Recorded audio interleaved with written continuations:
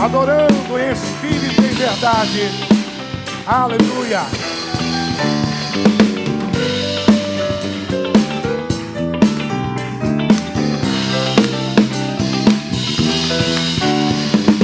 Com alegria e adoração cantaremos ao Senhor nosso Deus, pois grandes coisas tem feito por nós, restaurando a nossa sorte. Com alegria e adoração cantaremos ao Senhor nosso Deus, pois grandes coisas tem feito por nós, restaurando a nossa sorte. Por isso te adoramos e te coroamos, Senhor. Nossas vidas consagramos como oferta de amor.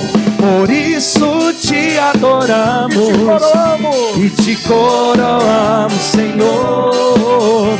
Nossas vidas consagramos como oferta de amor, como oferta de amor. Palma na mão. Com alegria e adoração, com alegria e adoração cantaremos ao Senhor nosso Deus, pois grandes coisas tem feito por nós, restaurando a nossa sorte. Cantaremos ao Senhor nosso Deus, pois grandes coisas tem feito por nós, restaurando a nossa sorte. Por isso te adoramos, por isso te adoramos e te coroamos, Senhor. Nossas vidas consagramos como oferta de amor. Por isso te adoramos, por isso te adoramos e te coroamos, Senhor. Nossas vidas consagramos como oferta de amor, como oferta de amor. Palma na mão, joga pra cima.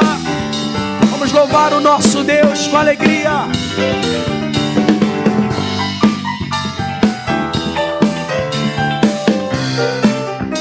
Cante bem forte, com alegria. Com alegria e adoração cantaremos ao Senhor nosso Deus, pois grandes coisas tem feito por nós, restaurando a nossa sorte. Com alegria, com alegria e adoração cantaremos ao Senhor nosso Deus, pois grandes coisas tem feito por nós, restaurando a nossa sorte. Por isso te adoramos e te coroamos, Senhor. Nossas vidas consagramos como oferta de... Só você agora diga isso, por isso. E te coroamos, Senhor. Nossas vidas como oferta de amor, como oferta de amor, como oferta de amor, como oferta de amor, como oferta de amor. Olha, eu quero trazer para você uma mensagem que Deus colocou no meu coração. Se você tem a Bíblia, abra no livro de 2 Samuel, capítulo 23, versículo de número 11. Segundo livro de Samuel, capítulo 23, versículo de número 11. Segundo Samuel 23, 11. Procure aí na sua Bíblia, a palavra de Deus. A Bíblia diz: instruir-te-ei, ensinar-te-ei o caminho que deve seguir. Deus quer te instruir, Deus quer te ensinar pela palavra o caminho que você deve seguir. Segundo livro de Samuel, capítulo 23. Segundo Samuel 23, do versículo 11 em diante. O livro sagrado diz assim: e depois dele Samar, filho de Agé, o Ararita, quando os filisteus se ajuntaram numa multidão, onde havia um pedaço de terra cheio de lentilhas, e o povo fugia de diante dos filisteus. Este, pois, se pôs no meio daquele pedaço de terra, e o defendeu, e o feriu os filisteus, e o Senhor operou um grande livramento. Diga glória a Deus.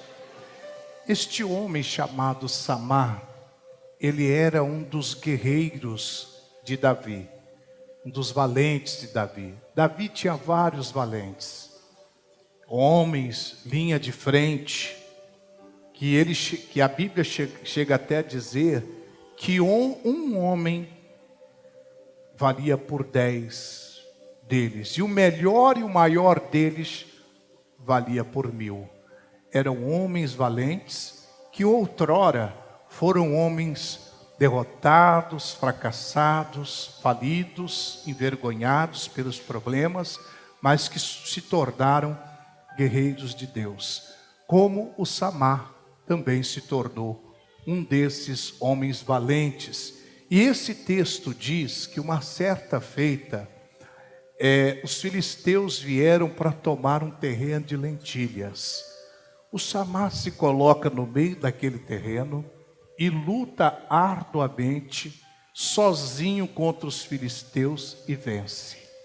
E os filisteus foram derrotados, e Deus operou ali um grande livramento. Dentro desse texto, eu quero estudar com vocês, aprendendo com a vida de Samar. O que nós aprendemos com a vida deste guerreiro, Samar? O primeiro aprendizado da vida de Samar, que nós aprendemos no nome de Jesus, é não aceitar os rótulos negativos que o mundo tenta nos colocar. Rótulos negativos. As pessoas muitas vezes nos rotulam e nós aceitamos esses rótulos. E isso impregna na nossa alma e nos impede de vencer.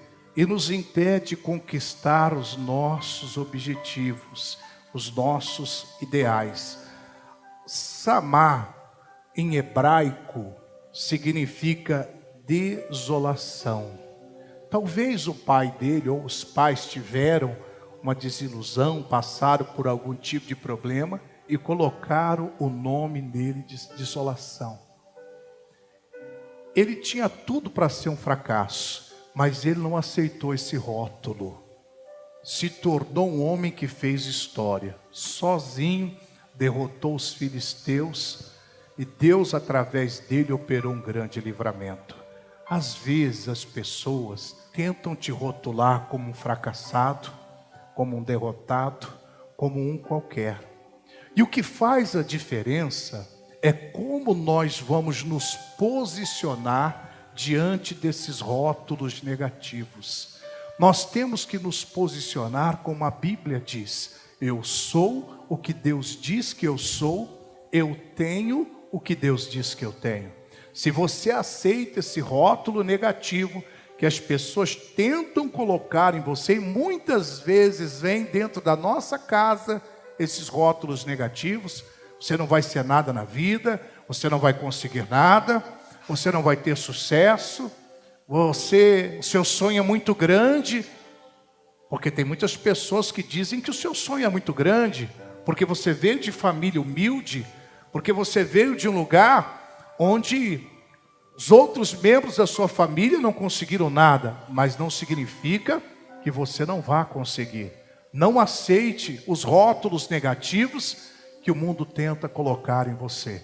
Samar não aceitou. Se posicione contra todos esses rótulos negativos e seja o que Deus quer para você. Deus planejou algo muito especial para a sua vida. Deus planejou para você o sucesso e não fracasso. Deus planejou para você conquistas e não derrotas. Deus planejou para você vitórias, mas é preciso que você deixe de lado os rótulos negativos e assuma o que a palavra de Deus diz ao seu respeito. Amém? O segundo aprendizado que nós temos com a vida de Samar é que a atitude de fé, ela traz a unção para a vitória. A atitude de fé atrai a unção para a vitória. Muitas vezes, nós nos gabamos dizendo que temos fé, e todos nós temos. A Bíblia diz que Deus repartiu uma medida de fé para cada um de nós. Não existe uma pessoa aqui que não tenha fé, todos têm. Mas o problema não está na fé, o problema está na atitude de fé. Porque a Bíblia diz que a fé sem obras é morta. Eu preciso ter fé, mas eu preciso ter atitude de fé.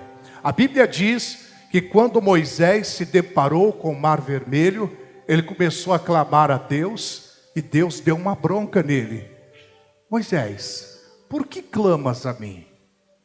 Ordene ao teu povo que marche, e tu estenda a tua vara, o teu cajado, e o mar vai se abrir. O que o Moisés fez? Moisés marchou. Partiu para cima do mar e o mar se abriu. Se ele ficasse orando a vida toda, não teria acontecido nada. Às vezes você está orando por uma coisa que não cabe a Deus fazer, é você. Quando você tem atitude de fé, você atrai a unção de Deus para a conquista de vitórias. Porque, entendam bem, enquanto todos os filisteus fugiram, Samar, ele tem atitude de fé de enfrentar os filisteus. Ele estava sozinho. Isso só poderia ser fé. Porque, humanamente falando, ele seria taxado como um homem louco. Esse homem é louco. Ele está enfrentando ali milhares de homens que vão acabar com ele, vão destruí-lo completamente. Mas entenda bem, basta você estar com Deus, já é o suficiente para os seus inimigos caírem por terra. É o suficiente. Então, meu querido, a atitude de fé atrai a unção para a vitória. Nós não podemos apenas ficar orando por milagres, nós temos que agir para que esses milagres aconteçam. Eu lembro bem nas reuniões de curas e milagres que o missionário realiza, depois de orar pelas pessoas, ele diz o quê? Faça o que você não podia fazer. A pessoa chega com a dor e ela tem atitude de fé de levantar o braço. E ali a unção de Deus vem e acontece a cura, acontece o milagre. A atitude de fé atrai a unção para o milagre. Muitas das nossas derrotas, muitos dos nossos fracassos, o problema não é falta de oração, é falta de ação, é falta de atitude diante de um problema, diante de uma adversidade, diante de um mar que está fechado diante de nós, e atrás Faraó nos pressionando, e Deus está esperando a atitude de fé para Ele enviar a unção para realizar uma transformação total e completa. Meu querido, minha querida, hoje Deus quer que você tenha atitude de fé para atrair a unção de milagres, para que você saia daqui hoje vitorioso com a sua bênção em o nome de Jesus. Amém? Quem crê, diga glória a Deus. O terceiro aprendizado que nós temos com Samar, com a vida de Samar, é que estar só em uma batalha não é sinal de derrota. Estar só em uma batalha não é sinal de derrota. Uma senhora, uma certa vez, ela disse assim: mestre Camilo, ore por mim, porque eu sou sozinha em casa, só eu sou de Jesus, e eu sofro uma pressão muito grande. Eu disse para ela: olha, só você sendo Jesus já é o suficiente para você orar e tomar a decisão de fé, e todos os demônios que agem na sua família vão cair por terra em nome de Cristo. Estar só não significa que você vai ser derrotado, não. Por quê? Porque o texto diz que Samar se põe no meio daquele terreno de lentilhas e ele estava só. Alguém poderia dizer: ele vai ser derrotado, ele vai ser vencido, ele vai ser completamente destruído. Mas, meu irmão, a Bíblia diz que só Moisés estava e Deus falou com ele lá na sarça ardente. A Bíblia diz que Elias estava só na caverna e Deus o visitou naquela caverna, falou com ele, o tirou daquela situação. Meu querido, foi lá no deserto que Ismael chorou sozinho e Deus ouviu o choro dele. Ele estava perdido no deserto, estava sozinho. Foi lá no deserto que a Bíblia diz: Jesus sozinho venceu Satanás, e ali não estava Jesus Deus, estava Jesus homem, e lá ele estava só, mas ele venceu Satanás. Meu irmão, foi na ilha de Pátimos que João estava só, mas foi lá que Deus o visitou e deu aquela revelação bonita do Apocalipse todinho para ele. Estar só não significa que você vai ser derrotado, não significa que você vai ser vencido. Às vezes você está lutando sozinho por uma causa, porque os demais talvez não estão acreditando nela, não estão acreditando porque acham que é um sonho muito grande. E na verdade, os sonhos são grandes realmente, porque eles são do tamanho de Deus. Nós não devemos medir os sonhos pela nossa condição, a nossa capacidade. Nós devemos medir os sonhos pelas condições e pela capacidade do nosso Deus. Ele é um Deus que faz além do que pedimos ou pensamos, segundo o seu poder que em nós opera. Ele é um Deus que faz mais, abundantemente, além do que nós pedimos. Então, se você se sente só, creia, não é sinal de derrota.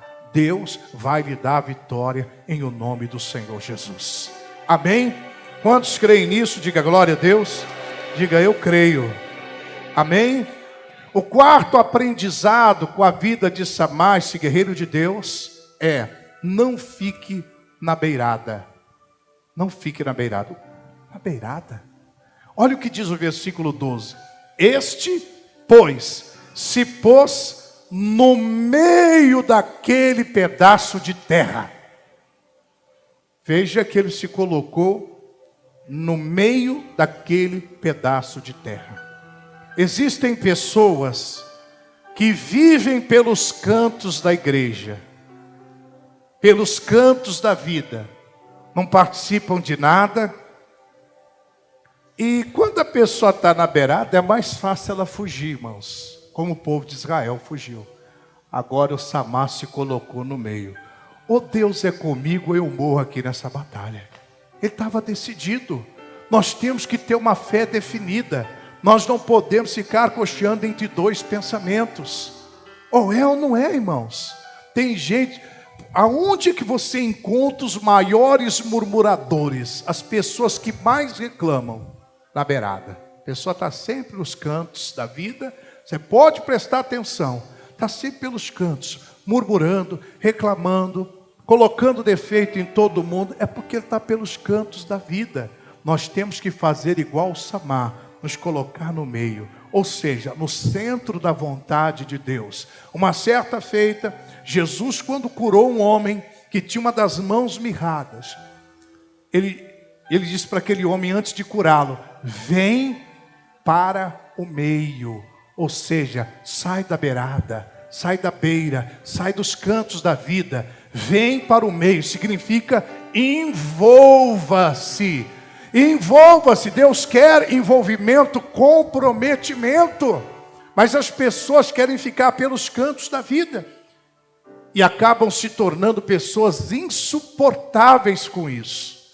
Você não consegue conversar com as pessoas que vivem pelos cantos da vida. São pessoas frustradas, são pessoas desiludidas, São pessoas que já não acreditam mais na vida, perderam a fé e a esperança, porque eles estão pelos cantos. Mas quando você assume o compromisso e se coloca no meio, no centro da vontade de Deus, você pode ter certeza que assim como Deus operou um grande milagre pela vida de Samar, também irá operar pela sua vida, em nome de Jesus. Qual é a sua posição hoje diante do Senhor? Será que você está no centro da vontade de Deus ou você está pelos cantos da vida? Ou você está murmurando, reclamando? É preciso se colocar no meio. A Bíblia diz: este, pois, se pôs no meio daquele pedaço de terra. Ele se colocou no meio. Sai da beirada, meu irmão. O cego de Jericó estava onde? À beira do caminho. Estava mendigando. Além de ser cego, era um mendigo. Estava passando necessidade. Quando ele sai da beira do caminho e ele vem para Jesus, ele recebe o milagre de Deus. Eu não sei o que você está precisando. Eu não sei o que você necessita. Eu não sei qual é o seu sonho. Eu não sei onde você deseja chegar. Mas na beira do caminho, você não vai conseguir chegar. Na beirada, você não vai conseguir. Na beirada da vida, pelos cantos da vida, não tem milagre. O milagre está no centro da vontade de Deus. Amém? Quinta lição, quinto aprendizado que nós temos com a vida de Samar. Lute pelo que é mais importante. Lute pelo que é mais importante. E alguém pode dizer: mestre Camilo, mas o que é mais importante? O que é mais importante é a nossa salvação. Preste bem atenção no versículo 12. A Bíblia diz assim: este, pois, se pôs no meio daquele pedaço de terra e o defendeu. E feriu os filisteus, e o Senhor operou um grande livramento. Veja que ele defendeu o quê? O pedaço de terra. Ele não defendeu as lentilhas. Tem gente lutando só por lentilhas, lutando só pela casa própria, lutando só por um cargo melhor, por uma posição, por um ministério. E muitas vezes uma luta completamente contrárias aos princípios de Deus. As pessoas estão naquela correria desenfreada, lutando, mas lutando por lentilhas, lutando apenas por bens materiais, lutando apenas por riquezas. Você pode dizer: mas homem de Deus, o senhor é contra a prosperidade? Não, eu sou a favor. Deus quer que você melhore de vida, Deus quer que você seja próspero, mas isso não é o principal. O principal é a salvação em Cristo Jesus. Interessante, preste bem atenção. Quem produzia lentilhas? O próprio terreno. Quem produzia lentilhas era o campo. Não é a lentilha que produz campo, é o campo que produz lentilhas. Não é o carro, a casa que produz salvação. Quem produz, na verdade, o que produz prosperidade é a sua salvação.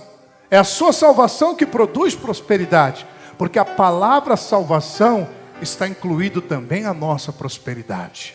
Está incluído também a nossa cura. Está incluído também a libertação de todos os nossos pecados, de todas as nossas falhas, de todas as nossas transgressões. Que adianta você ter carro, ter casa, morar bem, mas se você morrer hoje, ir para o inferno? Não adianta nada. Você está lutando por lentilhas, está esquecendo a sua salvação. E o que mais tira a salvação, ou posso dizer, o que tira a salvação de uma pessoa é o pecado. E a Bíblia diz, lá em Hebreus capítulo 12, versículo 4, ainda não resististe até o fim, até o sangue, combatendo contra o pecado. Temos que resistir até o sangue, combatendo contra o pecado. para que não percamos o que é mais importante, que é a nossa salvação. Nós temos aqui reuniões todas as segundas-feiras, onde nós oramos pela prosperidade das pessoas. E você pode dizer assim, mas o senhor está indo contra o discurso que o senhor acabou de fazer? Não. É direito de cada um de nós prosperarmos, mas o principal é a salvação. É a salvação. Lute pelo terreno e deixe que o terreno é que vai produzir lentilhas. Não fique atrás só de lentilha, só de lentilha, só de lentilha. Porque senão você vai perder o que é mais importante. Amém? Vamos recapitular então dos aprendizados com a vida de Samar. Qual que é o primeiro aprendizado? Não aceite os rótulos negativos. O inimigo quer rotular você. Não aceite. Você é aquilo que a Bíblia diz que você é. Você não é um derrotado. Amém?